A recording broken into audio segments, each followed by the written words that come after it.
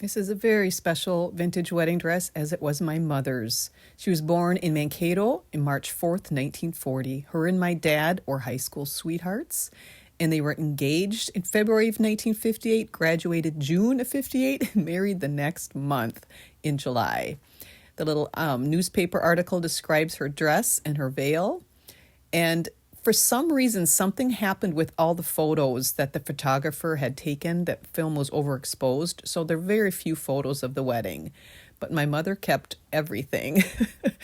The dress, of course, and she even had the original price tag, which was $39.50, and she paid $2 for it on layaway. It has the headpiece and veil. She kept her shoes, the garter with lace and something blue, a lace-trimmed hanky. She even had a paper napkin that had custom printed. The gift and guest books, which shows some gifts of $1 and $5. She even kept the bouquet wrapped in plastic.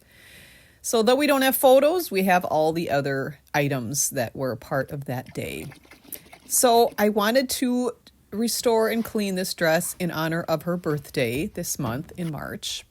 And I started off with doing a soak in retro wash. Now, basically, there's quite a bit of yellowing on the dress and, of course, underarm discolorations, which is so common, and especially on a dress that you can't really put underarm shields in.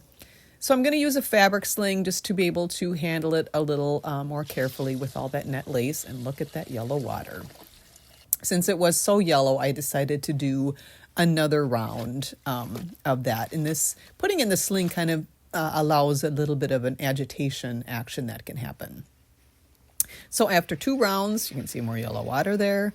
Then I decided to do some extra attention on the hem. And sometimes these discolorations don't really come very apparent until you get it wet.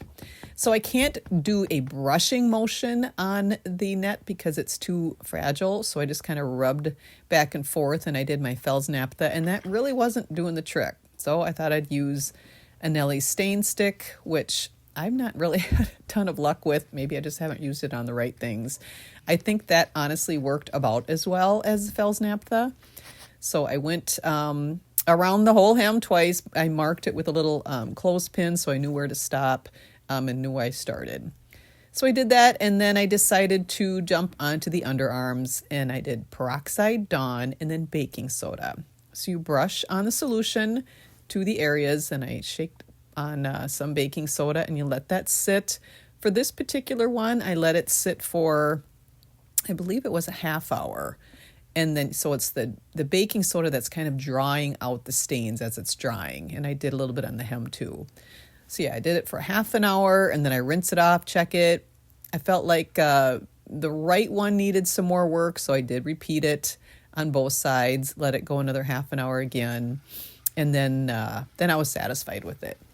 So then I did several rounds of rinsing, and I used a mesh rack at the bottom of the tub to be able to lift it out. And then I let it hang until it was done dripping.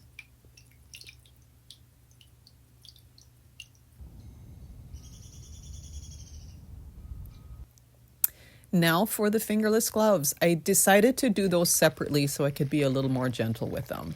So I just did this in a glass cake pan and just did a little bit, just a teaspoon of the retro wash. And with a hotter temperature, and I was able to just do this in a half an hour. I looked at it in a half an hour and it's bright. So I took it out and rinsed it, and I figured the solution was still good, so why not take advantage of it? And I put in some little vintage baby booties. Put that out in the sun as well. So here are the befores and afters. I feel better about being able to store the dress now that it is clean. It was rather emotional for me working on this dress. I really thought about my parents' marriage and everything that they went through in the 50 years that they were married. In fact, we celebrated their 50th wedding anniversary while my dad was in the hospital for leukemia in 2008, and he passed at the age of 68. They had 8 children together, and there were so many, many tough years, but they got through it and actually just ended up just loving each other just as much at the end as when they did in the beginning, which to me is amazing.